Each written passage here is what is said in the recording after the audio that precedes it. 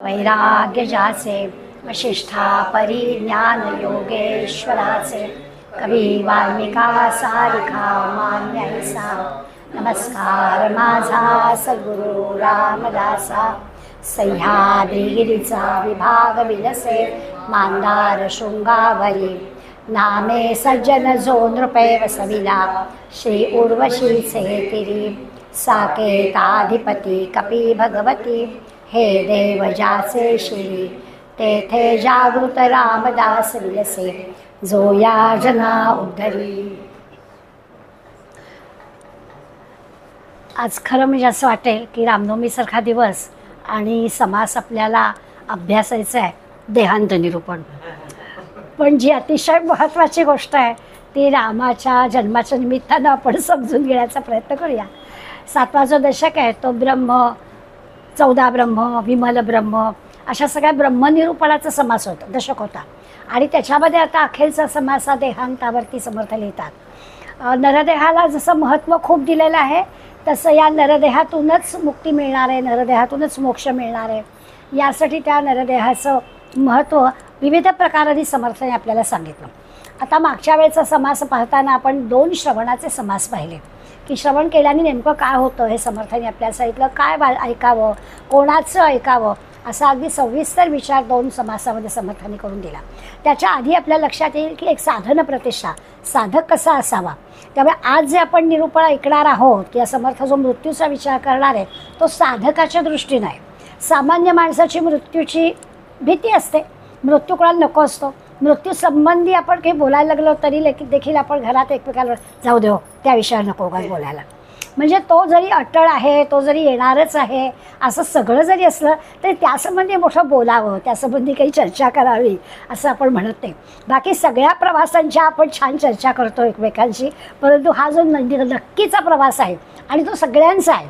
Europe tour खिशात पैसे असणारच जातील, पण इथे तसं नाही आहे. कुणीही जरी असला, श्रीमंत असो, गरीब असो, सत्ताधीश असो, कुणालाही जरी असलं तरी या प्रवासाला जायचंच आहे. पण या प्रवासासंबंधी बोलणं आपण टाळतो. ही झाली सामान्य माणसाची गोष्ट. आपण ज्या दशकाचा अखेरचा भाग आज बघतो आहोत त्याच्यामध्ये साधकाचा विचार केलेला आहे. त्यामुळे साधक नेमका मृत्यूकडे कसा बघतो त्याचा विचार आपल्याला करायचा आहे. ही सगळी मतं आपल्याला जरा जड जाणार आहे. म्हणजे वाचता वाचता आपल्या लक्षात येईल की हे कसं शक्य आहे, असं कसं आपल्याला जमेल. कारण मृत्यूसंबंधी आपण काही वेगळे मनात विचार असतात आपल्या.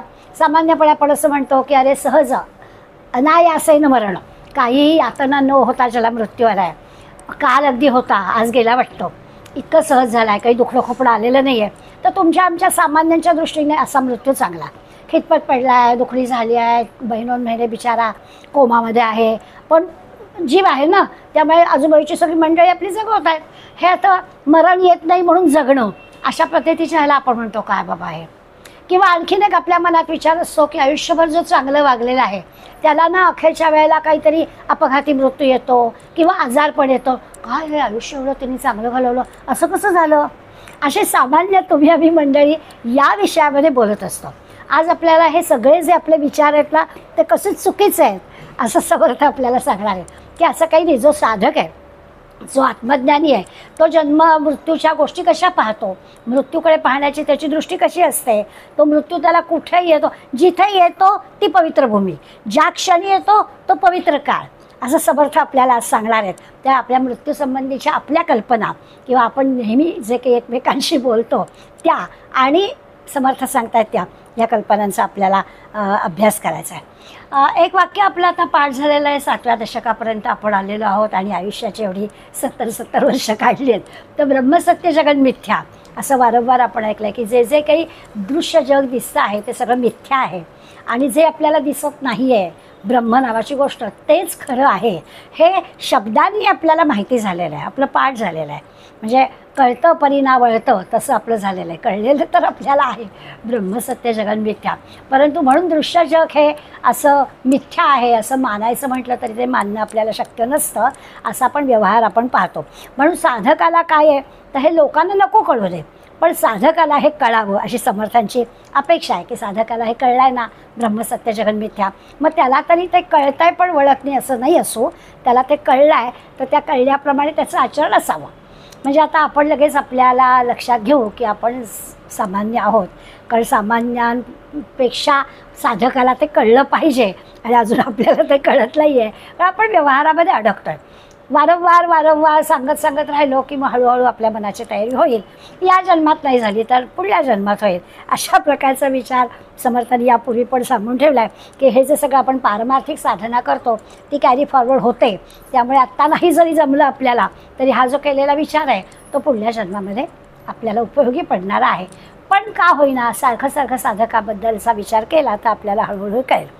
समर्थांच्या मते असं असतं की एकदा हे ब्रह्माचं ज्ञान झालं, म्हणजे साधक ज्याला म्हणतो त्याला ब्रह्माचं ज्ञान झालेलं आहे हे केव्हा समजायचं? एखादा माणूस ब्रह्मज्ञानी आहे समजायचं कसं? आपण संतांच्या बाबतीत म्हणू शकतो, कारण त्यांचे ग्रंथ आपल्याजवळ आहेत, त्यांची चरित्र आपल्याजवळ आहेत. त्यामुळे होऊन गेलेल्या लोकांच्या ब्रह्मज्ञानाबद्दल आपण सांगू शकतो. परंतु आत्ता सभोवताली तुम्ही आम्ही सगळी आहोत, यातला जो साधक आहे आणि तो आत्मज्ञानी आहे, तो ब्रह्मज्ञानी आहे, हे ओळखायचं कसं? तर ती ओळखण्याची खूण म्हणजे समर्थ सांगतात मृत्यूची वेळ. त्याच्या मृत्यूच्या वेळी अंतकाळी त्याच्या अंतःकरणामध्ये काय विचार आहे त्यावर तो ब्रह्मज्ञानी आहे की नाही ठरतं. याचा अर्थ जिवंतपणी आपल्याला कळत नाही. म्हणजे भोवताली असणाऱ्या माणसातला अमुक ब्रह्मज्ञानी असेल का हो, काय छान प्रवचनं करतात, नक्कीच ते ब्रह्मज्ञानी असेल असं नाही म्हणतायत. कारण त्यांची जेव्हा ती वेळ असेल तेव्हा त्यांच्याबद्दलचं आपल्याला कळेल किंवा त्या वेळेला आपण समजू शकू. जसं आपण सावरकरांनी मृत्यू समजून स्वतः ठरवून केला. सगळ्या संतांच्याबद्दल, विवेकानंदांच्याबद्दल आपण म्हणतो समर्थाने ती मृत्यूची वेळ त्यांनी स्वतःनी ठरवली आणि त्याप्रमाणे त्यांनी देह टाकला. तर या मंडळींबद्दल आपल्याला म्हणता येतं की हे ब्रह्मज्ञानी होते, हे आत्मज्ञानी होते. परंतु मृत्यूच्या वेळेच्या याचा अर्थच असा आहे की ही जी मंडळी आहेत, जी ब्रह्मज्ञानी आहेत ती अजन्म आहेत. त्यांना जन्म येणं, मृत्यू होणं, देह असणं, देह नसणं, हे सगळं जे त्यांचं ते देहामध्ये असताना करत असणाऱ्या गोष्टी आहेत ना, त्या एका अर्थाने अभिनय आहे. म्हणजे पारमार्थिक शब्दात किंवा संतांच्या शब्दात बोलायचं झालं तर त्या लीळा आहेत. संतांच्या लीळा आहेत, भगवंताच्या लीळा आहेत. अवतार धारण करून आल्यानंतर ते जे करतात त्या आपल्यासाठी मुद्दाम करत असणाऱ्या गोष्टी आहेत. त्यामुळे त्याचा विचार केला तर साधकांनी असं लक्षात घ्यावं की हे दृश्य आहे, हे खोटं आहे, ब्रह्म जे आहे ते सत्य आहे, त्या ब्रह्माची कास धरावी. दुसरं असं आहे की मृत्यू अटळ आहे. अतर्क्य जरी असला तरी अटळच आहे. तर्काने आपल्याला सांगता येणार नाही आहे आणि टाळता पण येणार नाही आहे. कितीही जरी म्हटलं, अगदी चांगदेवानी योग साधना किती केली, 1400 वर्ष जगला, पण तरीसुद्धा त्याला करावंच लागलं आणि अखेरी त्याचा देह टाकताना त्याला भक्तीच्या मार्गाने जावंच लागलं. त्यामुळे देह टिकवण्याचा शास्त्राचा आधार घेऊन कितीही प्रयत्न केला तरी तो अटळ आहे, टाकावाच लागणार आहे असं आपल्याला माहिती आहे. फक्त होतं असं की त्याचा जो नक्की क्षण आहे तो आपल्याला माहिती नसतो. ह्या लोकांना तो नक्की क्षण माहिती झालेला असतो, म्हणून त्यांना आपण आत्मज्ञानी म्हणतो. आम्हा सामान्यांना अटळ असणारा या मृत्यूचा नक्की क्षण माहिती नसतो. ते मृत्यूचा क्षण जाणणारी मंडळी आहेत ती तुकाराम महाराजांसाठी मृत्यूला सोहळा म्हणतात. की हे म्हणजे काय तर एक जणू की एखादा सणच साजरा करतोय, देह टाकतोय म्हणजे. तर असा त्यांचा तो मृत्यू हा सोहळा असतो. ज्ञानोबा, तुकाराम, अगदी समर्थ, विवेकानंद, सावरकर, कितीतरी मांदियाळी आपल्याला यांच्यामध्ये सांगता येते. पण हे सगळे आपण आपल्या दृष्टीनं अपवाद म्हणूया की यांना हे सगळं कळलेलं असतं. हे देहात असतात पण देहातीत असतात, त्यामुळे त्यांना जन्म नाही, त्यांना मृत्यू नाही, ते तुमच्या आमच्यासाठी मार्ग दाखवण्यासाठी आलेले असतात वगैरे वगैरे असा विचार करू. सामान्य माणसांचं मत मृत्यूविषयी त्यांच्या काही वेगळ्या कल्पना असतात. मृत्यू दिवसा यावा, दिवस सगळा चांगला असावा, काहीतरी एकादशी वगैरे असा काहीतरी दिवस असावा मृत्यूच्या दिवशीसुद्धा, आणि वेळ पण चांगली असावी. पुन्हा दक्षिणा, उत्तरायण, बऱ्याच गोष्टी आपल्याला त्या मृत्यूच्या समयी सामान्य मंडळी विचार करताना दिसतात. तर ते बरोबर आहे. पण क्षणभर असा विचार करून निदान पक्षी त्या अखेरच्या ह्याच्यामध्ये एकतर विनासायास काही शारीरिक त्रास न होता मृत्यू येणं हे केव्हाही सामान्य माणसं म्हणतात ते बरोबरच आहे, तसं असायला हवं. त्यामुळे सामान्य माणसाचा हा विचार अगदीच काही चुकीचा आहे असं आपल्याला म्हणता येत नाही. संतांच्या चरित्रामध्ये किंवा अगदी रामकृष्ण परमहंस, गोळवलकर गुरुजी, कितीतरी उदाहरणं आपल्याला माहिती आहेत की त्यांना अखेर शारीरिक किती वेदना झाल्या. घशाचा कॅन्सर झाल्यानंतर माणूस बोलू शकत नाही, खाऊ शकत नाही, आणि या यातना रामकृष्णांना का व्हाव्यात असा भाव आपल्या मनामध्ये येतोच. परंतु यालाही तसं की ते अजन्मच आहेत, त्यांचं असणं आणि त्यांचं नसणं हे त्यांच्या दृष्टीनं काहीच नाही आहे. आम्हाला त्या शरीराचा एक मोह असतो ना, हा रामकृष्णांचा देह आहे आणि ह्या देहाला या यातना का, त्यांना त्या यातना नाही आहेत. पण हा विचार फार फार उंचीवरचा आहे. हे सगळं आपल्याला नाही, पण निदान आपण असं म्हणू शकतो की निदान अखेरच्या क्षणाला माणसाला कुठल्याही गोष्टीचा लोभ राहू नये, कुठल्याही गोष्टीचा मोह राहू नये आणि अगदी सहजपणानं तो मृत्यू यावा अशी सामान्य माणसाची इच्छा असते. पण समर्थ या सामान्य माणसाच्या मृत्यूसंबंधीच्या सगळ्या इच्छांना अज्ञान म्हणतात. ते म्हणतात हे अज्ञानाचे सगळे बोल आहेत. हे असं काही असण्याचं कारण नाही आहे. दिवस चांगला असला पाहिजे, नक्षत्र चांगलं असलं पाहिजे, रात्री नको, दिवसा असू दे, नातलं बितलं जरा जवळ असू दे, जरा 4 पैसे गाठीला असू दे, दुखलं असू दे वगैरे वगैरे तुम्ही यादी पुष्कळ वाढवाल, पण हे अज्ञान आहे असं समर्थ स्पष्टपणानं आपल्याला सांगतात. आता त्यांचं म्हणणं असं आहे की ज्यांनी आयुष्यभर उपासना केलेली आहे, ज्यांनी आयुष्यभर भगवंताची भक्ती केलेली आहे, आपण साधक म्हणतोय म्हणून मी असं म्हणते, आपण याचा अर्थ असा होईल की भक्तीच्या शिवाय अन्य करणारी माणसं ह्या सगळ्यात येतच नाहीत का? तर असं नाही आहे. अगदी राष्ट्राची सेवा करणाऱ्यांना पण आपण असाच विचार करूया, देशाची सेवा करणाऱ्यांबद्दल पण असाच विचार करूया, समाजसेवा करणाऱ्यांबद्दल पण असाच विचार करूया. तर असं ज्यांनी आयुष्यभर केलेलं आहे त्याची अखेरची काळजी भगवंत घेतोच. ज्यांनी आयुष्यभर दुसऱ्याची काळजी केलेली आहे त्याच्या अखेरच्या क्षणाची काळजी भगवंत घेतोच. आपण साधकाचा विचार करत असल्यामुळे समर्थांनी भक्त असा शब्द वापरला आहे. आपण त्याचा विचार करताना असं करायचा की जसं देवाची भक्ती करणाऱ्याचा अखेरचा क्षण भगवंत सांभाळतो, तसं देशाची समाजाची सेवा करणाऱ्याचा सुद्धा अखेरचा क्षण भगवंत सांभाळतो. आता समर्थ मृत्यूच्या वेळेला बाह्य गोष्टींबद्दल विचार करू नका असं आपल्याला सल्ला देणार आहे. बाह्य गोष्टींचा विचार करण्यापेक्षा त्याची अंतस्थिती कशी आहे याचा विचार करा. म्हणजे जसं भक्त म्हटला की त्याच्या अंतकाळी त्याला भगवंत नाम आठवलं का असा त्यांनी विचार केला पाहिजे. सामान्य मंडळीच्या दृष्टीनं अंतकाल जो आहे तो बरा कधी म्हणायचं, तर आपण म्हणतो की हो का आत्ताच आपला विषय 84 वय आहे, हे असं दुखण्यापेक्षा सुटला तर बरं होईल असा आपण विचार करतो. तर लोकांची कल्पना समर्थांनी जरा उडवूनच लावलेली की असं काही नाही आहे. उलट समजा आपल्या दृष्टीनं या देहाला यातना होत आहेत, पण हे सगळं जर इथेच त्यांचं संपलं, त्या यातनातून ते मोकळे झाले तर ते कॅरी फॉरवर्ड होणार नाही ना. त्यामुळे तसाही विचार आपण खरं म्हणजे सामान्य माणसं जशी करतो तसं समर्थ करत नाही. आपल्याला एखादा खरंच असा शरपंजरी म्हणतो आपण किंवा बेडरिडन त्याच्याबद्दल विचार करताना काय बिचारा देवाघरी अंत बघतोय, तर असं नाही. या जन्मात त्यांना जे काही भोगून संपवायचं आहे ते त्यांना संपवू दे असा विचार खरं म्हणजे आपण सामान्य मंडळी आपण असा विचार करत नाही. तो विचार असा करावा असं समर्थ आपल्याला सांगतात. अंतकाळ बरा असावा असं आपल्याला वाटतं ते आपण बाह्य दृष्टीने म्हणतो. तसा विचार करू नये. माणूस सुटला म्हणताना आपल्या भोवतालच्या लोकांना त्याचं बघावं लागतं, यातना त्याला होत असतात, या सगळ्या बाह्य गोष्टींचा आपण विचार करतो. तो पण समर्थ म्हणतात तसं करू नका. समर्थांचं म्हणणं असं आहे की त्या मृत्यूची पूर्वतयारी करावी लागते आणि ती पूर्वतयारी काय करायची, तर आजीवन भक्ती करायची, आजीवन भगवंताच्या अनुसंधानात राहायचं. आता आजीवन राहायचं आणि आम्ही तर प्रपंचात पडलो आहे, त्यामुळे आम्हाला कसं काय आजीवन त्या भगवंताच्या स्मरणात राहता येणार असं स्वाभाविकच सामान्य मंडळीला वाटणार. तर याचा अर्थ आपल्याला पण माहिती आहे. समाधानी प्रपंच करावा नेटका आपल्याला सांगितलं आहे. तर नेटका प्रपंच करणारेच समर्थ आपल्याला सांगतात की मृत्यूची पूर्वतयारी कशी करायची, तर आजीवन भगवत भक्ती करायची. याचा अर्थ प्रपंच पण भगवंत इच्छेने करायचा. इतका साधा आहे की प्रपंच करायचा पण तो भगवंताची इच्छा म्हणून करायचा.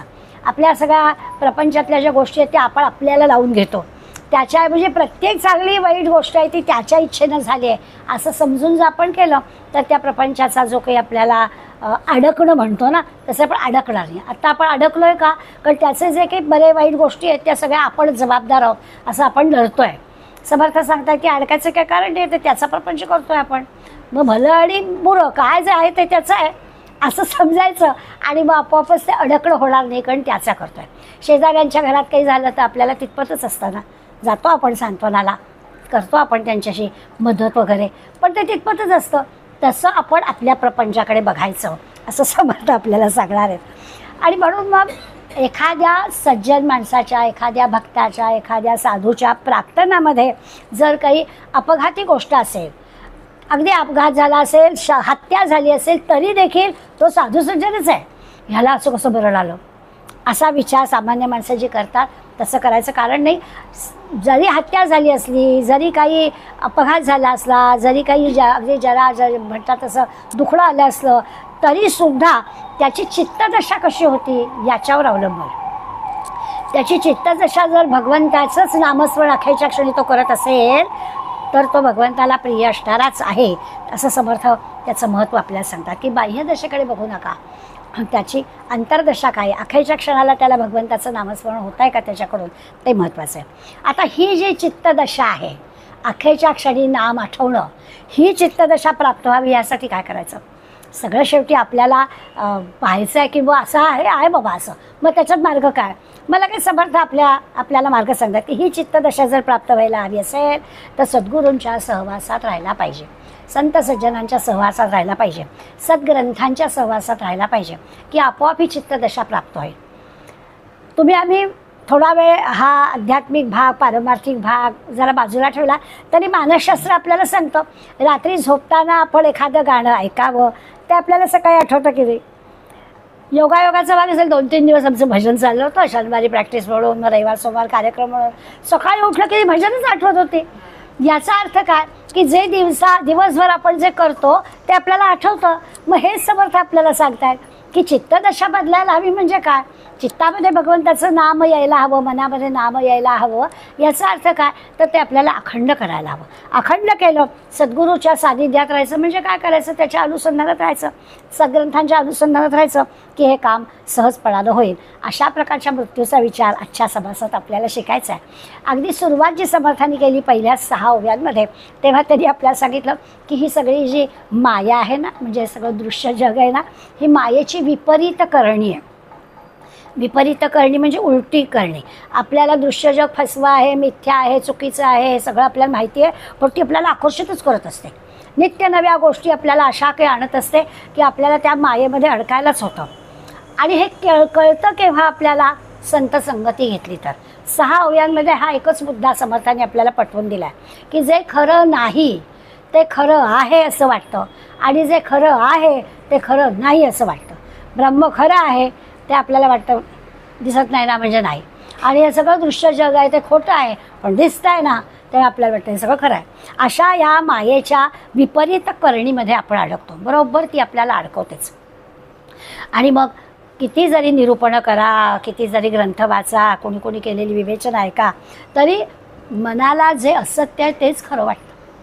वारंवार वारंवार वारंवार एखादी गोष्ट चुकीची आपल्यासमोर मांडत राहिलं ना, तर ती आपल्याला खरी वाटते. हा मनुष्य स्वभाव आहे, त्याला काही इलाज नाही. आणि त्यामुळे सुरुवातीलाच घाव घातलेला आहे की जे दृश्य दिसतं आहे, जे खरं खरं आहे असं आपल्या चर्मचक्षुला दिसतं आहे ते खोटं आहे बरं, ती सगळी मायेची करणी आहे बरं, त्याच्यात अडकायचं नाही बरं, असं आपल्याला समर्थ सांगतात. पण वेद, शास्त्र, पुराणं सत्य काय ते सांगतात, त्यांनी आपल्याला दाखवून दिलं आहे. आणि हे वेदशास्त्र पुराणं जे सांगतात तेच संत आपल्यापर्यंत आणतात. त्याची प्रचिती त्यांनी घेतलेली आहे. समर्थांनी राजबोधामध्ये अनेकदा सांगितले की प्रचिती पहिला बोलणे व्यर्थ वाया. मी स्वतः अनुभव घेतला आहे तेच मी तुम्हाला सांगतो आहे. अनुभव घेतला नसेल तर त्या सांगण्याला काही वजनच येणार नाही. त्यामुळे मी हा अनुभव घेतला आहे असं ते सांगतात. त्यामुळे ऐसी मायेची करणी कळो आली तत्क्षणी, जेव्हा केव्हा आपल्याला ज्या क्षणाला ही माया फसवी आहे, ही माया आपल्याला अडकवते आहे असं ज्या क्षणाला आपल्याला कळतं आणि ज्या क्षणाला संत संगत आपल्याला मिळते, त्या क्षणी काय होतं त्याचा परिणाम आपल्याला साधता येतो. आणि मग जी काही साधू सज्जनांची जे काही आपण वर्णनं करतो आहे ती तशी काय आहे त्याचा आपल्याला अंदाज येतो. त्या संतांची संगत, त्यांचं श्रवण करणं, त्या श्रवण केलेल्या गोष्टींचं मनन करणं, हे सगळं केलं तर मायेची जी विपरीत करणी आहे ती आपल्याला ओळखता येते. मग आपल्याला जसं व्यवहारात असतं ना की आपल्याला एखादा माणूस समोरून कितीही छान छान बोलत असला तरी आपल्याला कळतं की याच्या मनात काहीतरी वेगळं आहे बरं का, तो बोलू दे आपल्याशी असं, पण असं काही नाही आहे हे आपल्याला बरोबर कळतं. ही माया तशी आहे, ही दाखवते सगळं आपल्याला बरोबर बरोबर असं, पण तिच्या आतमध्ये काही खरं नाही. जे खरं आहे ते ब्रह्म सत्य आहे. ही गोष्ट आपल्याला मायेची विपरीत करणी केव्हा कळते तर जेव्हा संत संगत मिळते, सद्गुरूंची संगत मिळते, चांगल्या ग्रंथांची संगत मिळते, तेव्हा आपल्याला या मायेची विपरीत करणी काय ते कळते. अशी सुरुवात समर्थाने या समासाची केली. पुढल्या 7व्या ओवीपासून 11व्या ओवीपर्यंत जो आत्मज्ञानी साधू आहे, संत मंडळी आहेत, या संत मंडळींची स्थिती कशी असते याचं त्यांनी वर्णन केलं. म्हणजे संत महिमा थोडक्यामध्ये वेगळं काय असतं म्हणजे आता 7व्या दशकापर्यंत आपण आलो, त्यामुळे एका अर्थानं परमार्थ जो सांगितलेला आहे, बरं आत्ताचं दशक पण सगळं असाच आहे. मगाशी म्हटलं तसा की ब्रह्म सांगितलं, ते ब्रह्म शब्दात वर्णन करता येत नाही, असं करता करता 14 ब्रह्म सांगितले.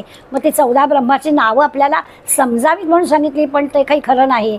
मग विमल ब्रह्म काय ते सांगितलं, आणि असं करत करत न दिसणाऱ्या ब्रह्माचं वर्णन समर्थांनी केलं.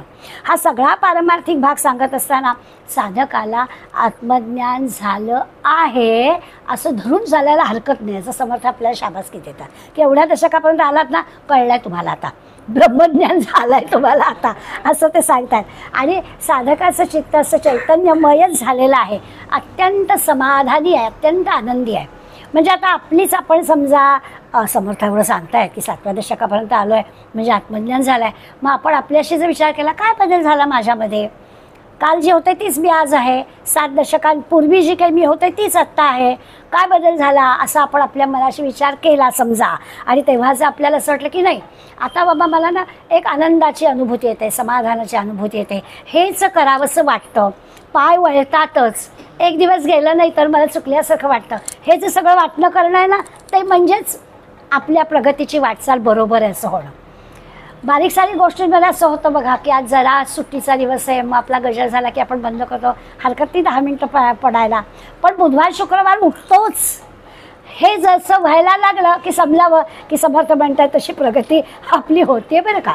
पण जर का जाऊ दे आज कंटाळा आला आहे, नाही गेलं तरी चालेल, आता मिळतं आहे यूट्यूबवर बघायला, असं म्हटलं की म्हणावं की नाही आता जर अजून काहीतरी गडबड आहे बरं का आपली, अजून आपण सामान्यांच्या त्याच्यात आहोत, ठीक आहे आता मैत्रिणीच्या नादाने लागलो आहे जायला, पण काही खरं नाही, अजून काही म्हणण्यासारखं नाही. आपली आपण परीक्षा कशी घ्यायची तर ती अशी आहे की आपण जी संतांनी दिलेला मार्ग आहे त्या मार्गाने आपण जातोय ना, मार्गाने जात असलो आणि आपल्यामधला तो जो काही बदल आहे तो आपल्याला जाणवायला लागला तर समर्थ म्हणतात ते बरोबर आहे. शेवटी असं आहे की समर्थांनी सांगितलं समाधानी असलं पाहिजे, या समाधानाला फार महत्त्व आहे. कशात आपल्याला समाधान आहे हे आपल्याला एकदा कळलं की माणूस त्याप्रमाणे करतंच, आपोआप करतं. किती मैत्रिणी सांगतात, अगं नाही पाडव्याला 2 माणसं असू देत नाही तर 10 माणसं असू देत, मी अगदी घरीच श्रीखंड करते. आता तिचं तर ठरलेलं आहे ना, करते वेळे करतेच, एखादी वेळ जाऊ द्या 2 माणसं काय करायचं, आपलं आणावं 1 पाव किलो आणि करून टाकावं काम. हा ज्याचा त्याचा जसा व्यावहारिक पातळीवर विषय असतो, त्याचं माझी सकाळी एवढं वाचन झाल्याशिवाय, पारमार्थिक जो साधक आहे तो म्हणतो की मी अगदी पाणीसुद्धा पिणार नाही, एवढं माझं काम झालंच पाहिजे. कोणी काय ठरवावं कसं ठरवावं हा ज्याचा त्याचा विषय असतो, पण माणसाचा स्वभाव असा आहे की ठरवलं की तो करतोच. श्रीखंडाचा विषय का सांगितला की ठरवलं की आपण करतोच, की ते माझं आता विसरलंच जाईल की दही लावायचं असतं, ते टांगायचं असतं, चक्का तयार करायचं असतो, साखर घालून ठेवायचं असतं, हे सगळं जे काही प्रोसेस आहे ती विसरून जाऊ, हे होता कामा नये, पुढल्या पिढीला कळलं पाहिजे असा एक भाव बनत असून ते करतोच आपण. हे जसं आपण ठरवून करतो तसं पारमार्थिक क्षेत्रात सुद्धा ठरवूनच करावं लागतं असं समर्थ आपल्याला सांगतात. आणि ते जर आपल्याला जमलं तर आपण समजू शकतो की आपलं बरोबर वाटचाल चाललेली आहे. पण असं असं तरी ज्या म्हणजे आत्मज्ञानाच्या प्राप्तीनंतर साधूची स्थिती कशी असते हे आपल्याला 5 ओव्यांमध्ये समर्थ सांगतात. त्याच्यात ते असं म्हणतात की ह्या ज्या साधूचं म्हणजे ज्याला हे आत्मज्ञान कळलेलं आहे त्याची प्रारब्धाप्रमाणेच गती असते, तो तुमच्या आमच्याप्रमाणेच असतो. आपल्यातला आणि त्याच्यातला फरक आपल्याला कळला की त्याला बरोबर पारमार्थिक काय हे वाट आहे ती बरोबर मिळालेली असते, पण त्याचं प्रारब्ध त्याच्याप्रमाणे त्याला भोगायचंच असतं. त्यामुळे तो तुम्हाला आम्हाला दिसतो आपल्यासारखाच आणि त्याच्या प्रारब्धाच्या गतीप्रमाणेच त्याचा अखेरचा दिवस पण येणार असतो, अगदी अंतकालसुद्धा तसाच. कुठे कसा केव्हा ते जे काही आहे ते प्रारब्धावरच त्याच्या अवलंबून असतं, हे मात्र नक्कीच आहे. त्यामुळे तो मग अशी जसं आपण म्हटलं की आयुष्यभर जरी चांगलं केलं आहे त्याला असं कसं झालं हा जो आपल्या मनात प्रश्न येतो तो येण्याचं कारण नाही, त्याच्या प्रारब्धाप्रमाणे तसंच घडायचं आहे आणि तसंच ते घडतं. आत्मज्ञानी माणसाला सुद्धा माहीत असतं की आपला हे जे देह आहे हा असत्य आहे आणि त्यामुळे तो आहे काय किंवा तो नाही काय ह्याच्यात तो अडकत नाही. देह असणं किंवा देह नसणं ह्याच्याशी काही त्याचा फारसा संबंध नसतो, त्याला ते सगळं सारखंच वाटतं. देह ही वेगळी गोष्ट आहे आणि आत्मज्ञान ही वेगळी गोष्ट आहे. त्या देहामुळे आत्मज्ञान झालं एवढंच त्याचं साधन म्हणून उपयोग. अशा प्रकारचा विचार या आत्मज्ञानाची प्राप्ती झालेल्या साधूची स्थिती कशी असते तर तो अशा आपल्या देहात न अडकणारा असतो. आता ह्याच्याबद्दल तर की आपल्याला फार बोलावं लागणारच आहे. आपण देहामध्ये खूपच अडकलेलो असतो. देहाच्या बारीक सारीक गोष्टींमध्ये सुद्धा आपण दिवसभराचं आपलं नाही म्हटलं तरी सगळं विचलितच होतं. त्यामुळे देहामध्ये अडकू नका असं किती जरी संत आपल्याला रोज सांगत असले तरी तो देह माझा आहे ना, त्यामुळे गडबड होते आणि आपण अडकतोच. पण धीरे धीरे का होईना, मनाला सारखं सारखं सांगून का होईना आपण त्याच्यावर मात करायला शिकू आणि मग म्हणू गुडघा गुडघ्याचं बघेल, मी त्याची योजना केली, औषध बिषध लावलाय ना, आता त्याचं तो बघेल, आता मी माझ्या मार्गाने जाणार असं म्हणून त्या गुडघ्याला जरा बाजूला ठेवू शकतो. परंतु त्याच्यासाठी अशी खूप मोठी तयारी करावी लागते. पुढल्या 12 ते 17 ह्या 6 अवयवांमध्ये चांगल्या मरणाबद्दल लोकांच्या कल्पना ज्या असतात, म्हणजे मग अशी आपण विषय झाला होता त्याची जरा सविस्तर माहिती या 6 अवयवांमध्ये त्यांनी दिली आहे की पुण्यक्षेत्री मृत्यू यावा, तीर्थक्षेत्री पुण्यक्षेत्री किंवा एखाद्या नदीच्या काठी मृत्यू यावा, अशी एक सामान्य जनांची पुण्यवान माणसाच्या मृत्यूबद्दलची कल्पना असते की एखादा एवढा संत पदवीला पोचलेला आहे तर त्याचा मृत्यू कसा यावा, त्याचा हॉस्पिटलमध्ये मृत्यू नाही येऊ, त्याला जरा असं हे वाटावं. मला अण्णांची आठवण होते. अण्णा माझे वडील गेले तेव्हा तिकडे आले होते आणि अण्णांनी स्मशानामध्ये भाषणात सांगितलं होतं. अण्णा म्हणाले की अनेक गोष्टींचा आपल्याला असं हे वाटतं की याला मिळालं आणि मला नाही, याला मिळालं मला मिळालं. आज बाळासाहेबांच्या मृत्यूबद्दलचं हे वाटतं आहे की मला असा मृत्यू यायला पाहिजे. आणि अण्णा गेले तर मला खूप वाईट वाटलं की अण्णाला शेवटी थोडे दिवस तरी का असं हॉस्पिटलाइज व्हावं लागलं, की त्यांचा इतका योगामध्ये हे गेला. पण पुन्हा असं लक्षात येतं की हे सगळं आपल्या हातात नाही आहे. प्रार्थना प्रारब्धाप्रमाणे जे काही घडायचं आहे तेच घडतं. पण सामान्य माणसाला मात्र असं वाटतं की मृत्यू कसा, तर अशा माणसाला असा मृत्यू यावा, नदीच्या काठी यावा. आपले काका मराठे किती फिरून काय आले, मग भात काय खाल्ला, बसले होते काय, जरासं काहीतरी झालं आणि गेले काय. किती लोकांनी म्हटलं आज सकाळी व्हॉट्सॲपवर आला आहे, त्यांनी पाठवलेला मेसेज वाचला आहे, म्हणजे काहींचा वाचून पण झाला नाही आणि काका गेल्याची बातमी आली. आता काय म्हणावं ह्या मृत्यूला. त्यामुळे अशा मृत्यूच्याबद्दलच्या निरनिराळे जे अनुभव आपल्याला असतात त्या अनुभवांचा विचार केला तर सामान्य माणसाचे विचार आणि हे वेगळे असतात. त्यामुळे समर्थ म्हणतात की त्याच्यात शिरायचं की कारण नाही. सामान्य माणसं जो विचार करतात तो खरा अज्ञानाचाच विचार आहे. आत्मज्ञानी जो माणूस असतो त्याचं शरीर जिथे पडतं ती पुण्यभूमी असते, ज्या क्षणी पडतो तो पुण्यकाल असतो. त्याच्याबद्दल काही विचार करायचं कारण नाही. आत्मज्ञानी माणसाची देहबुद्धीच नाही आहे, त्यामुळे देह पडला काय आणि देह असला काय याचं अशी काय कर्तव्य आहे. त्या ब्रह्मज्ञान प्राप्ती झालेल्या या बद्दल फार काही याचा विचार करायचं कारण नाही. तो पुण्यकाळी पुण्यक्षेत्रीच त्यांनी देह ठेवला असं होतं. आता हे असं सगळं जरी म्हटलं तर समर्थ कोणतं सांगतायत का, तर गीता आपल्याला काही वेगळंच सांगते. गीतेने स्पष्ट म्हटलं आहे अग्निश ज्योतिरः शुक्ला षण्मासा उत्तरायण तत्र प्रयता गच्छन्ति ब्रह्म ब्रह्मविदो जनाः. किंवा लगेच धूमो रात्री तथा कृष्ण षण्मासा दक्षिणायनम तत्र चांद्रमसं ज्योती योगी प्राप्य निवर्तते. या 2 श्लोकांमध्ये कसा मृत्यू यावा, कुठे मृत्यू यावा आणि कुठे येऊ नये, उत्तरायणात मृत्यू यावा, शुक्ल पक्षात यावा, दिवसा यावा, असं मरण येणं हे जीवाला उत्तम गती प्राप्त करून देणार आहे. आणि समर्थ आपल्याला सांगतात आत्मज्ञानी पुरुषाला याची गरज नाही.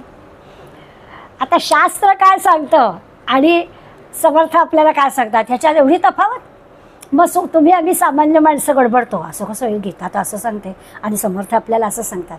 पण समर्थांच्या सांगण्याचा मी सुरुवातीला म्हटलं हे साधकासाठी आहे. सामान्य माणूस हा विचार करेल की गीता असं सांगते, शास्त्र असं सांगताय, गीता हे वेदातून आलेलं सगळं आहे, त्यामुळे त्यांनी सांगितलेलं खोटं कसं मानायचं. तर मग हे काय आहे, तर याचा अर्थ साधकाला हा विचार केला पाहिजे. जिवंतपणीच तो मुक्त असतो, त्यामुळे त्याच्यासाठी हे नाही आहे.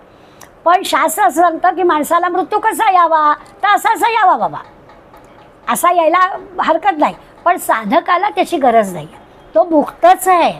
त्यांनी देह तुमच्या आमच्यासाठी जरी तो असला तरी तो देहातीतच आहे.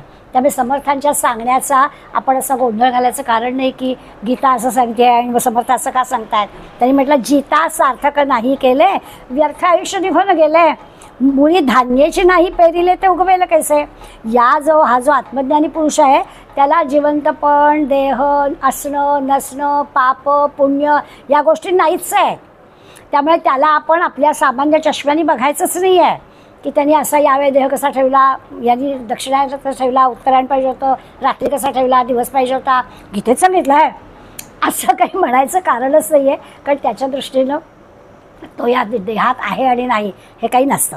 मग तुम्ही आम्ही काय करायचं तर आपल्यासाठी ते सांगतात की आपण जर जिता म्हणजे आपण जिवंतपणी आपल्या देहाचं सार्थक करून घेण्यासाठी काहीच केलं नाही, आपलं आयुष्य वाया घालवलं, तर काय होईल.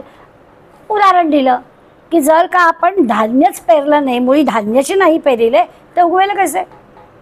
मग उगवेल काय, पेरलंच नाही तर येणार काय. तसं आपण काही केलंच नाही, मग आपल्याला अगदी अखेरच्या हे चांगलं यावं अशी इच्छा कशाला करायची. जे येईल ते येईल. आयुष्यभर आपण काय केलं आहे त्याचाच परिणाम असा होणार ना, असं आहे. त्यामुळे मरण चांगलं यावं, शांतपणे यायला हवं, त्याच्यासाठी जन्मभर अभ्यास करावा लागतो. असं एकदम काही मिळणार नाही आहे. त्यामुळे अभ्यास काय करायचा, सत्कर्म करायचे. चांगलं कर्म केलं की आपोआपच आपल्याला परमार्थ साधन होईल, आयुष्य वाया जाणार नाही. उदाहरण पण छान दिलेलं आहे. त्यामुळे कास धरावी सात्विकतेची, अमृतकुंभ भरावा. तो अमृतकुंभ भरायचा असेल तर सात्विकतेची कास धरायला हवी, सत्कर्म करायला हवी, असं ते आपल्याला सांगतात. जिवंतपणानं भगवंताची भक्ती साधकाला सांगणं आहे. सामान्य माणसाला त्याचं सत्कर्म जे त्याला योग्य वाटतं ते करणं म्हणजे सत्कर्म करणं आहे, आणि त्यामुळे ते करावंच. साधकाने मात्र भगवंताची भक्ती करावी, तो आपोआपच पवित्र होऊन जाईल. जैसे व्यवहारिता धन राशी माथा लाभे. पटकन आपल्याला ही गोष्ट कळेल म्हणून सांगते. व्यवहारिता धन राशी माथा लागे. याचा अर्थ व्यावहारिक गोष्टीने आपण आपले पैसे योग्य पद्धतीने गुंतवले तर त्याचा राशी माथा चांगलं वाढत राहील, व्याज बरोबर मिळेल. कुठे गुंतवायचे आपल्या सगळ्यांना प्रश्न असतो. साधारणपणे निवृत्त होताना आपल्याला मिळालेले पैसे असतात ते आपल्याला योग्य ठिकाणी हे करायला लागतात, आणि ते जर योग्य ठिकाणी व्यवस्थित झालं नाही तर रुपी बँक होते. त्यामुळे आपल्याला ते सगळं करावंच लागतं. हे जसं आहे, आयुष्यभर मिळालेल्या कमाईचं आपल्याला योग्य पद्धतीनं त्याची गुंतवणूक करावी लागते. ही गुंतवणूकच आहे सत्कर्माची. आयुष्यभर जी सत्कर्म केलेली आहे त्याची नीट गुंतवणूक करावी लागते, म्हणजे ती अखेरच्या वेळेला वाढते आणि त्याचा उपयोग पण आपल्याला होतो. ते धन आपल्याला गुंतवणूक केलेलं वाढवायचं आहे आणि ते योग्य वेळेला आपल्या उपयोगात आलं पाहिजे, यासाठी आपण ती नीटपणाने गुंतवणूक होते ना पाहतो. तसं सत्कर्माची गुंतवणूक करायची. सत्कर्म जर आपण अशी राखून ठेवली तर ती पण आपल्याला व्याजासकट वाढतात आणि त्याचा फायदा होतो, असं त्यांचं आपल्याला सांगणं आहे. उपमा पण अशी दिली आहे की 350 वर्षापूर्वी सांगितलं असं तरी आज पण आपल्याला ही गोष्ट पटणारी आहे की खरंच आहे, सत्कर्माची एक बँक असावी. त्या बँकेमध्ये आपण ठेवलं की आपल्याला योग्य वेळेला त्याचा उपयोग होतो, फायदा होतो. पुढल्या 18व्या ओवीपासून काही लोकांच्या ज्या कल्पना असतात त्याचं समर्थाने खंडन केलं आहे.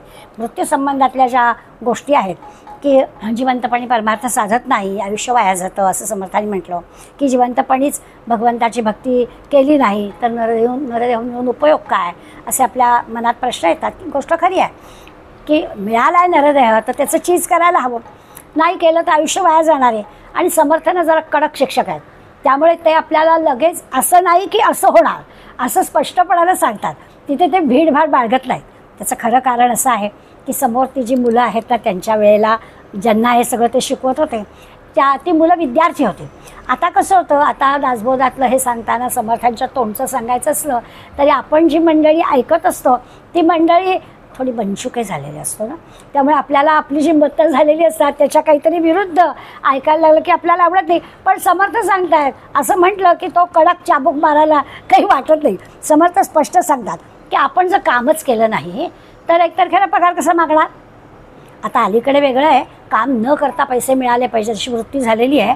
कमीत कमी काम आणि दामात मात्र काही चालणार नाही. परंतु समर्थ प्रश्न विचारतात की जर महिनाभर तुम्ही कामच केलं नाही तर तुम्हाला पगार कसा मिळणार. न करिता सेवेचा व्यापारावं स्वामीचं म्हणे बोले मुशारा मागितलात कोण देईल तुम्हाला. कामच नाही केलं तर नाही मिळणार. तैसे अंती अभक्त नरा स्वहित न घडे. तसं आयुष्यभर जर आपण काहीच केलं नाही तर आपलं कल्याण होणार नाही. अगदी चाबूक मारला की काही केलं नाही ना आता कल्याणाची अपेक्षा करू नका.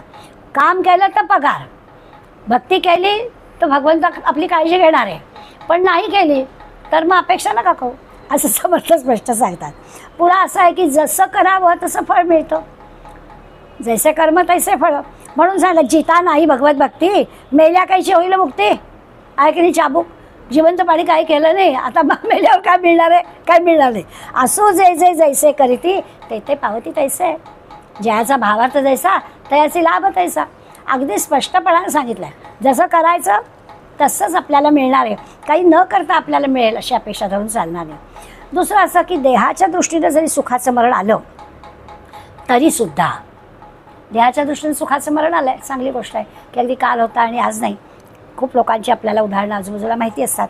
पण ते म्हणतात एवं न करिता भगवत भजन अंती न विजे पावन. जरी आले बरे मरण तरी भक्तीविना अधोगती. जाता जाता आपल्याला जाणीव करून दिली आहे की घडतं असं की एखाद्याला भगवत भजन न करतासुद्धा अंत चांगला आला आहे असं आपल्या दृष्टीनं वाटतं.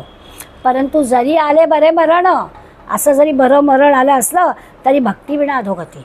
पण त्यांनी आयुष्यभर जर सत्कर्म केली नसली तर त्याची अधोगतीच होते. म्हणजे नंतरचा जन्म त्याला अधोगतीकडे देणाराच घेऊन जातो. म्हणजे भगवत भक्तीशिवाय मुक्ती नाही हे सांगण्यासाठी त्यांनी आपल्याला सावधान केलं आहे की असं होणार नाही. काहीच न करता म्हणजे एखाद्याला असं म्हणाला वा वा वा आता तो मुक्त झाला, आयुष्यभर वाईट वागला आहे, आयुष्यभर भ्रष्टाचार केला आहे, पण मृत्यूच्या वेळेला बाबा मृत्यू चांगला आला असं जर एखाद्याच्या बाबतीत उदाहरण आपल्याला मिळालं तर आपण म्हणू अरे बापरे आपण उगाचच पडत होतो, यांनी कुकर्म केली, काही नाही, याला अंती इतका छान मिळाला एक क्षण, तर याचा अर्थ त्यांनी चांगलीच कामं केली असणार, आपण उगाच एखाद्याबद्दल बोलतोय. नाही, समर्थ म्हणतात की ती त्याची अधोगतीच आहे. आलं असेल त्याला चांगलं मरण, जरी आले बरे मरण तरी भक्तीविना अधोगती. एवं न करिता भगवत भजन, सत्कर्म केली पाहिजे, भगवंताची भक्ती केली पाहिजे, त्याच्या अनुसंधानात राहिलं पाहिजे, सर्वानुभूती परमेश्वर कळलं पाहिजे, समाजसेवा, देशसेवा, राष्ट्रसेवा केली पाहिजे आणि चांगलं क्षणाला मरण आलं पाहिजे, तर मग प्रगती होते. हा त्याचा खरा अर्थ. आता शास्त्राप्रमाणे विचारलं तर सर्व अटीमध्ये मृत्यू आला आहे. हे जे झालं आहे, जरी आले बरे मरण, शास्त्रांनी ज्या ज्या गोष्टी सांगितल्यात, उत्तरायणात हवं, दिवसा हवं, सगळी मंडळी असायला हवीत वगैरे वगैरे, पुण्यक्षेत्री हवं, तर असं जरी असलं तरी देखील समर्थ आपल्याला स्पष्ट सांगतात की भक्ती जर केली नाही तर काही प्रगती नाही.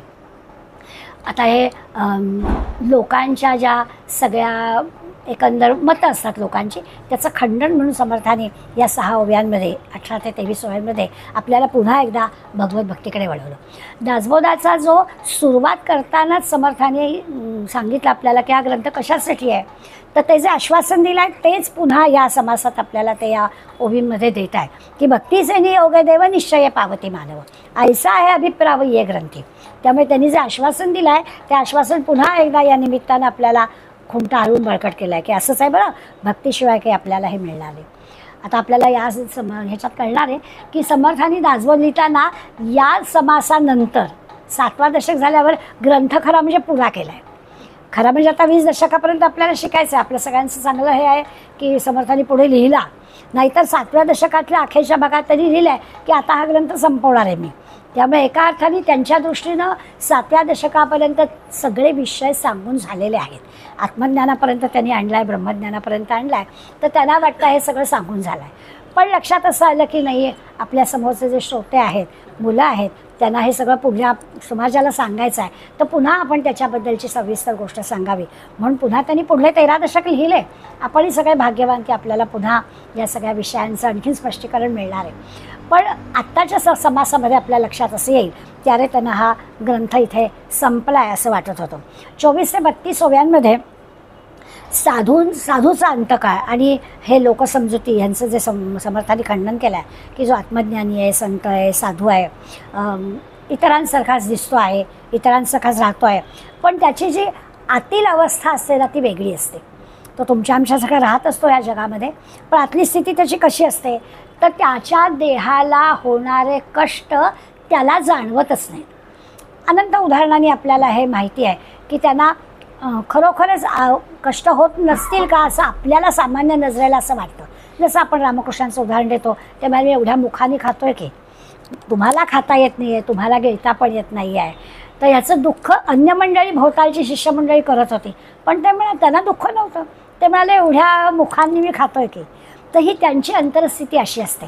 ते आपल्या देहाला गोदरकरूजींचं उदाहरण आपण घेतलेलं आहे की त्यांना काही नव्हतं, एवढा मोठा कॅन्सर झाला होता, पण ते शांत होते. त्या यातना त्यांच्या देह वेगळा आणि ते वेगळे अशी या साधू संतांची भूमिका असल्यामुळे असं होतं.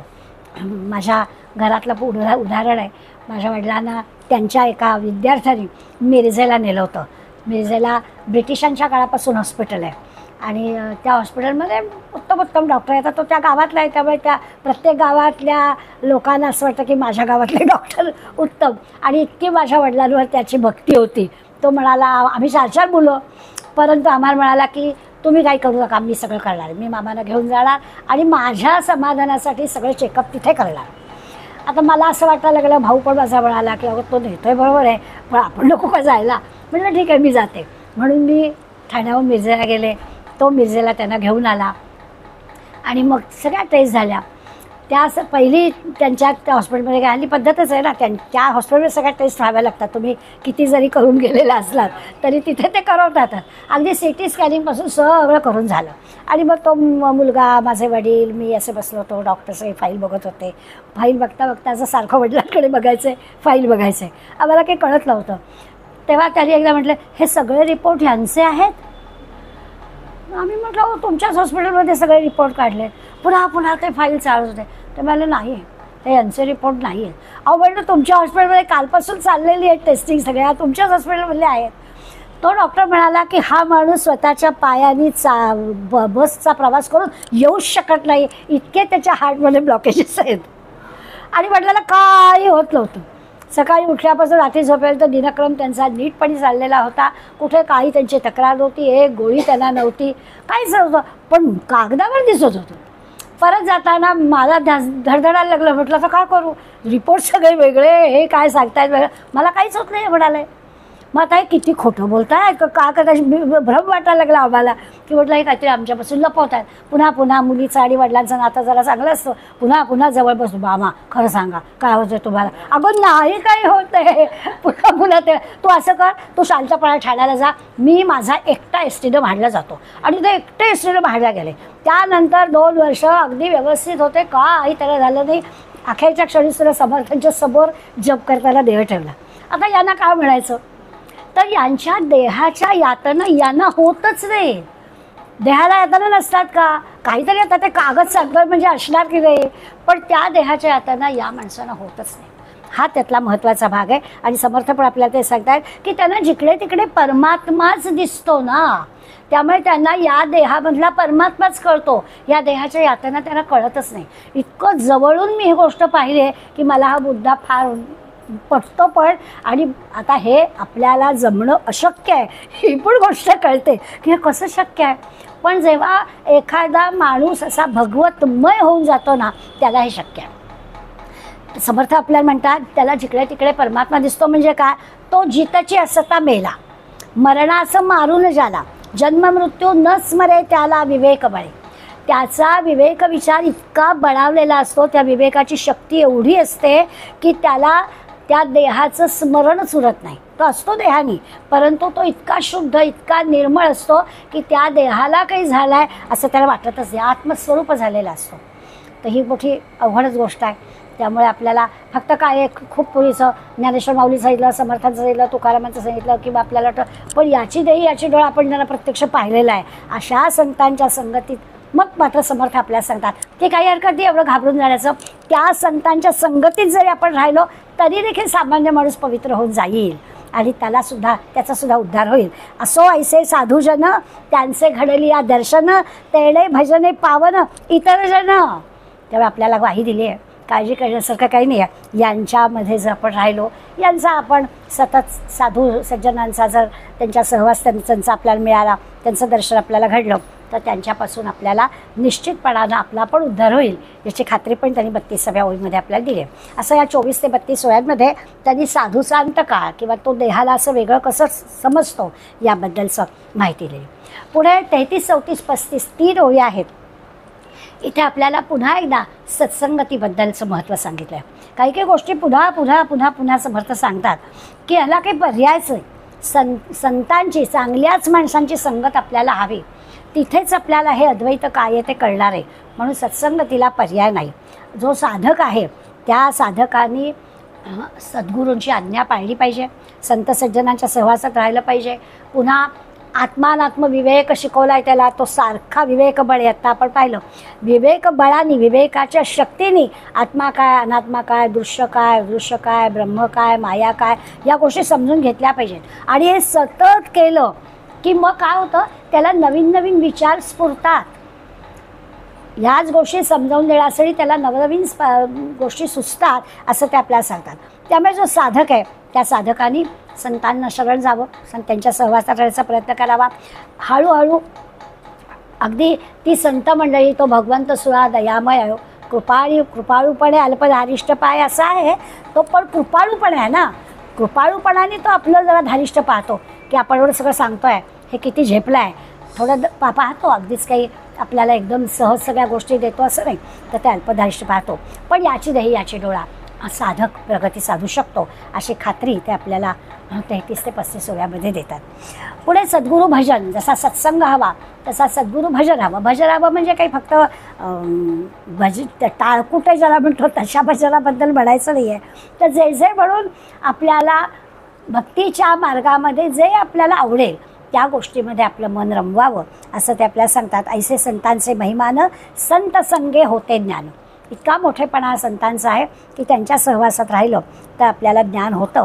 सत्संगापरते साधनं आणिक नाही, पण मात्र सत्संगाशिवाय दुसरा मार्ग नाही. चांगल्या माणसांच्या सहवासात सतत राहणं हेच होतं. आणि मग लगेच समर्थान सांगितलं की सरली शब्दांची खटपट. आता ग्रंथ संपवतो मी. सगळी शब्दांची खटपट काय ती झालेली आहे. आता ग्रंथाचा शेवट स्पष्टपणा लिहिला आहे की 7व्या दशकाच्या या 10व्या समासामध्ये हा ग्रंथाचा मी शेवट करतो आहे असं स्पष्टपणाने लिहिलं आहे. सरली शब्दांची खटपट आला ग्रंथाचा शेवट, येथे सांगितले स्पष्ट सद्गुरू भजन. सद्गुरूचं हात धरा, सत्संगामध्ये राहा, हे स्पष्टपणानं मी ह्या संबंध 7 दशकामध्ये म्हणजे 70 समासामध्ये आपल्याला सांगितलं आहे. आणि आता हा ग्रंथाचा मी शेवट करतो आहे असं आत्ता त्यांनी आपल्याला 37व्या ओव्यामध्ये सांगून टाकलं. आता सद्गुरू भजनाशिवाय काही नाही म्हटलं आहे. मोक्ष मिळवायचा झाला तर हाच मार्ग आहे हे पण सांगितलं आहे. जयासं न म्हणे, पण ज्याला मान्य नाही आहे. सगळं एवढं सांगून झालं पण परत कडक शिस्त ना. त्यामुळे जयासं न म्हणे तेही अवलोकी गुरुगीता. माझ्यावर विश्वास नाही आहे का मी सांगितल्यावर, तर बघा गुरुगीता अभ्यासा. राहू दे माझं, मी काय सांगतोय ते. तुम्हाला जर माझं पटत नसेल, माझं मान्य होत नसेल तर गुरुगीता पहा. शंकराने पार्वतीला जो उपदेश केला ती गुरुगीता आहे. तर माझं म्हणणं नसेल मान्य तर गुरुगीतेचा अभ्यास करा. पण सद्गुरूशिवाय आपल्याला त्याच्या भक्तीशिवाय दुसरा आधार नाही असं समर्थ प्रांजळपणे सांगतात. आता सद्गुरूशिवाय आधार म्हणजे काय, तर बाकी सगळं आचरण आपलं शुद्ध असावं. अगदी सदैव कायम आत्मानात्म विवेक ज्याला म्हटलं आहे त्याचा विचार सारखा धरावा. अगदी सुरुवात जी झाली की आपण मायेच्या ह्या मध्ये अडकतोय आणि ती आपल्याला विपरीत करणी असं माया दाखवते, तर त्याचा उल्लेख परत आता अखेरच्या भागामध्ये त्यांनी केला आहे की का आत्मानात्म विवेक करावा, का त्याचा विचार करावा. तर सारखं हे जे दृश्य फसवं खरं वाटणारं पण खोटं असणारं जग आहे ना, त्याच्यात आपण अडकतोय ना, त्याच्यासाठी सारखा खरं काय खोटं काय आत्मा काय अनात्मा काय याचा विचार करावा. आणि असं केलं की ब्रह्मज्ञानाची प्राप्ती होईल. आचरण शुद्ध ठेवायचं, सत्संग करायचा आणि आत्मानात्म विवेक करायचा. 3च मुद्दे सांगितले. या 3 गोष्टी केल्या की ब्रह्मज्ञानाची प्राप्ती झाली. अगदी त्वरित समाधानाचा अनुभव आपल्याला मिळेल. आता या 3 गोष्टींसाठी किती वेळ लागेल आणि मग त्वरित, पण त्वरित समाधानाचा अनुभव मिळेल. सद्गुरू भजने समाधान अकस्मात अचानकपणे लाभे असं त्यांनी म्हटलं आहे. कळणार पण नाही आपल्याला. आता कळणार नाहीच आहे. आपण भृगूची गोष्ट पाहिलेली आहे. त्यामुळे जेव्हा केव्हा ब्रह्मज्ञान होणार आहे ते काही आपल्याला कळणार नाही आहे, परंतु हे आपल्याला लाभेल याची खात्री समर्थ आपल्याला देतात. पण या 3 गोष्टी मात्र केल्या पाहिजेत. आपलं आचरण शुद्ध पाहिजे, सद्गुरूवर सद्ग्रंथांवर सत्संगावर आपला विश्वास पाहिजे आणि आत्मा अनात्म विवेक आपला केला गेला पाहिजे. या 3 गोष्टी आपल्याला जमल्या तर आपली प्रगती झाली. खरोखरच आपल्याला ब्रह्मज्ञानाची प्राप्ती झाली. एक समाधानाचा नित्य समाधानाचा अनुभव आपल्याला मिळाला. म्हणजे जसं असतं ना की आई आपल्या लहान मुलाला सांभाळते, लहानाचा मोठा करते, तिचा सगळा जीव तिथेच असतो. तसा म्हणे हा सद्गुरू जो आहे ना, तो सद्गुरू सत्शिष्याला अनेक प्रकारांनी या पारमार्थिक क्षेत्रात मोठा करतात. आई जसं लहान बाळाला वाढवते तसं सद्गुरूचं शिष्याकडे लक्ष असतं. ती जशी गोडी गुलाबीनं त्याचं करत असते सगळं आणि हळूहळू त्याला जमेल तसा हा पारमार्थिक क्षेत्रातला सद्गुरू आपल्या सत्शिष्याला मोठा करत असतो. आणि म्हणून भगवंताची भक्ती जे करतात, जे ह्या 3 गोष्टी करतात ते धन्य होय असं समर्थ सांगतात. दुसरा मार्ग नाही म्हणतात. खरं खरं समाधान हवं आहे ना, हाच मार्ग आहे, याच मार्गाने जायचं आहे, दुसरा मार्ग नाही. आणि मग अखेरच्या 5 ओव्यांमध्ये ज्याला उपसंहार म्हणतात, तो उपसंहार केला की 70 समासमध्ये सांगून झालेला आहे. आता ग्रंथ सांगणं पुढं असं पण म्हणून झालेलं आहे, सरळी शब्दांची खटपट पण सांगून झालेलं आहे, सद्गुरूंची सत्संगाची ग्रंथांची भक्ती करावी हे पण सांगून झालेलं आहे. आणि मग जो अभिप्राय दिला आहे ना, तो आपला अभिप्राय पण खरा आहे, तो पण सांगितला आहे की जे मी तुम्हाला हा ग्रंथ मी कशासाठी सांगतो आहे हे सुरुवातीला सांगितलं आहे, तसंच्या तसं मी सांगितलं आहे, असा सगळा विचार समर्थांनी या अखेरच्या 5 ओव्यात सांगितला. आणि मग दुसरं ह्या सद्गुरू भक्ती वाचून दुसरा मार्ग नाही असं पण खात्रीपूर्वक सांगितलं. आता समर्थ पुढे असं म्हणतात की ज्याला हे मान्य होणार नाही, म्हणजे असा हेका नाही आहे त्यांचा की मी म्हणतोय तेच बरोबर आहे, पाहिजे तर बघा ना, दुसरे ग्रंथ अभ्यासून बघा, सगळ्या ग्रंथात हेच सांगितलेलं आहे. मला कोणी म्हणालं की अहो नाही आम्ही आता ज्ञानेश्वरीचा अभ्यासवाली यायचं आहे खरं दासबोधाला, मग मी सांगते अहो सगळ्या ग्रंथात तेच आहे, तिकडे जा, खरंच ज्ञानेश्वरीचा अभ्यास करा. पण खरंच आहे, सगळ्या साधू दिसती वेगळाले परिते स्वरूपी मिळाले. ग्रंथ कुठलाही काढा, सांगितलं हेच, वेगवेगळ्या पद्धतीने सांगितलं असेल. जसं बंगाली मिठाईबद्दल सांगतात ना, की बंगाली मिठाई रंगाने वेगवेगळी, आकाराने वेगवेगळी, नावं वेगवेगळी, पण मूळ एकच, दूध फाटायचं आणि मग करायचं. तसं आहे की बाकी काही नाही, जे काय ब्रह्मसत्य जगन मिथ्या, ग्रंथ वेगळे घ्या, कालावधी वेगळा असू दे, नावं वेगळी असू दे, कुठल्याही राज्यातला तो संत असू दे, सांगतोय ब्रह्मसत्य जगन मिथ्याच, तसं समर्थ आपल्याला सांगतात. आणि समासाच्या शेवटी असे सद्गुरू एका महत्त्वाच्या विषयाकडे वळवत आहेत की प्राकृत भाषेमध्ये जरी त्यांनी ग्रंथ लिहिला तरी त्याला कमी मानू नये. संस्कृत भाषेमध्येच फक्त ब्रह्मज्ञान सांगितलं जातं, असा जो त्यावेळेला 350 वर्षापूर्वी विषय होता. आणि त्यामुळे अनेक संतांना, जसं नाथांचा मागच्या वेळेस आपण उल्लेख केला की अगदी हरिपंत त्यांचा जो मुलगा आहे तो सुद्धा नाथांच्या विरोधात होता. संबंध चरित्र वाचलं तर आपल्याला कळेल की काही काळ तो इतका रागावून 4 वर्ष काशीला निघून गेला होता बायको मुलांना घेऊन. आणि खूप गिरिजा ताई माता आणि नाथांना खूप वाईट वाटलं होतं की त्या काळामध्ये असं आपला मुलगा घरातनं निघून जाणं कुटुंबाला घेऊन ही अपमान करणारी गोष्ट होती. बरं, संत पदवीला पोचलेले नाथ होते, परंतु नाथांचं वागणं मला मान्य नाही म्हणून मुलगा निघून गेला होता की यांच्या घरामध्ये कुठल्याही जाती धर्माचे लोक येत आहेत, हे कुणाच्याही घरी जेवायला जात आहेत, हे मान्य नव्हतं त्याला. तो संस्कृत पंडित, त्यामुळे त्यालाही नाथांचं का मंजूरच नव्हतं आणि अशासाठी तो गेला होता. पण नाथ काही करू शकले नाहीत. पण शेवटी गिरिजा मातेच्या हट्टाने म्हणूया किंवा प्रापंचिक हे असतं की आईला वाटतं की आपला मुलगा आपल्या जवळ असावा, आणि 4 वर्ष वाट बघून तो आला नाही म्हणून दोघं त्याला आणायला गेले. आणि मग त्यांनी अटी घातल्या, कोणाकडे जेवायला जायचं नाही आणि कोणी आपल्या घरी येता कामा नाही. मग अन्याय म्हणाले, निरूपण वगैरे काही करायचं नाही, मराठीतलं घरात बसायचं, तुम्हाला काय ग्रंथ वाचायचं, निरूपण करायचं नाही, सगळ्या अटी मान्य केल्या नाथाने की पण तू ये. किती मुलापुढे नम्र होतात ना त्यावेळेचे पालक. पण आता तर काय हल्ली सॉरीशिवाय पालं झालं नाही. हल्ली मी बघते ना, सारखे आई बाप मुला सॉरी सॉरी सॉरी, अरे काय सॉरी, जरा एक ठेवून दे आणि सांग माझंच बरोबर आहे म्हणून. पण हल्ली अगदी पालक किती नम्र असतात मुलांपुढे. तर इथे खरं मला लक्षात नाथसुद्धा विचार बरे, बरं बाबा तुला सगळ्या अटी मला मान्य आहेत पण चल. आणि मग परत नाथ घेऊन आले हरिपंडिताला. आणि काही दिवस असे गेले पण त्या सगळ्या अटी नाथांनी मान्य केल्या होत्या. त्यामुळे नाथ अगदी शांत होते, आपले आपले ग्रंथ वाचावेत, आपलं लेखन करावं, कोणाच्या घरी जेवायला जाऊ नये, कोणाकडे आणू नये. अनेक प्रसंग घडले ते की आता सगळे सांगण्याची आवश्यकता नाही आहे. पण मात्र हरिपंडिताला आपल्या वडिलांचं मोठेपण काय आहे ते त्या गावामध्ये कळलं. पैठणला राहायला आल्यावर हरिपंडित प्रवचन करायला लागला, लोक पण यायला लागले, पण पंडिताची विद्वानाची भाषा, त्यामुळे लोक हळूहळू जायला लागले. त्यांच्या भाषेत त्यांना पटेल असं सांगितलं तर लोक येणार ना. हरिपंडिताला कळेल ना की बाबांच्या याला मंदिर भरलेलं आणि माझ्याला कोणीच येत नाही. का बरं असं? तू जर विद्वानांच्या भाषेत सांगत असला, संस्कृत भाषेत तुला सांग, कोण बिचारा येणार तुझ्याकडे? लोकांना काय हवं आहे लोकांच्या भाषेमध्ये सांगितलं तर येणार. हळूहळू त्यालाच कळलं आणि एक दिवस तो नाथांच्या पाया पडला. तर समासाच्या शेवटी समर्थ आपल्याला सांगतात की प्राकृत ग्रंथामध्ये किंवा प्राकृत भाषेमध्ये जरी ग्रंथाचं निरूपण केलं तरी त्याला कमी लेखण्याची आवश्यकता नाही. उपदेश तोच आहे, तो कमी लेखू नये. आणि ही गोष्ट खरीच आहे. समर्थांच्या दासबोधाबद्दल व्याकरणदृष्ट्या चुका काढणारे पुष्कळ विद्वान आपल्याकडे आहेत. अगदी ऱ्हस्व-दीर्घाच्या चुका पण काढतात, पण त्याची काही आवश्यकताच नाही आहे. बोलीभाषेतला ग्रंथ असावा. त्यामुळे अशा ह्याच्यामध्ये काही जरा वाङ्मयीन दोष असले तरी ते आपल्याला सोडून द्यायचे असतात. उपदेश तोच आहे. त्या उपदेशाचा विचार करा. एका अगदी मोठ्या शिकलेल्या माणसांनी मला फोन केला आणि अचपळ मन माझे नावरे आवरिता ह्या श्लोकाच्यातला अचपळ शब्द खटकला मी रामाला, असं त्यांनी मला सांगितलं. मी म्हटलं असं कसं खटकला? अचपळ जे मागे आहे त्यामुळे अचपळ असं आहे म्हणजे काय कसा लावायचा अर्थ? म्हटलं बरोबर आहे की जर का मन आहे आणि मन जर आपलं चंचल आहे तर ते चंचल मन आवरत नाही आहे. मग म्हणाले चंचल म्हणायला पाहिजे ना, मागे सर म्हटलं चपळाच्या विरुद्ध अर्थ झाला ना, असा प्रश्न त्यांच्या मनात आला. त्यामुळे असे विविध प्रश्न काढतात, पण मग अर्थ लावायला गेलं की कळतं की खरोखर याचा अर्थ काय आहे. म्हणजे अति आहे, अति चपळ मन आहे माझं. अचपळ म्हणजे विरुद्ध शब्द नाही आहे, चपळाच्या विरुद्ध अचपळ नाही आहे. अचा अर्थ अति चपळ.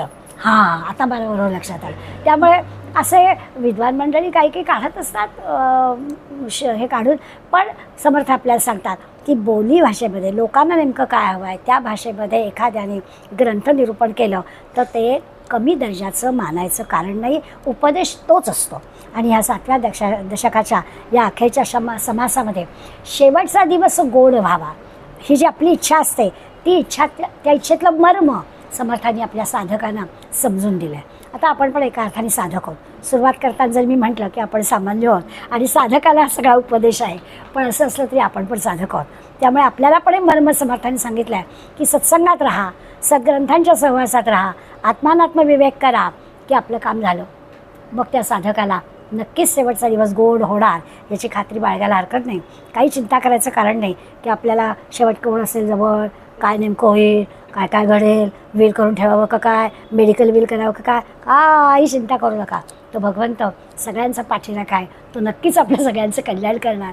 खरं तर मी सुरुवात केली की रामनवमीचा दिवस आणि आज मृत्यू निरूपण, पण मनात असं आलं की रामाने त्याचसाठी जन्म घेतला ना, त्यामुळे रामाच्या जन्माच्या दिवशीच आपण इतक्या महत्त्वाच्या विषयाचं चिंतन सकाळी सकाळी केलं.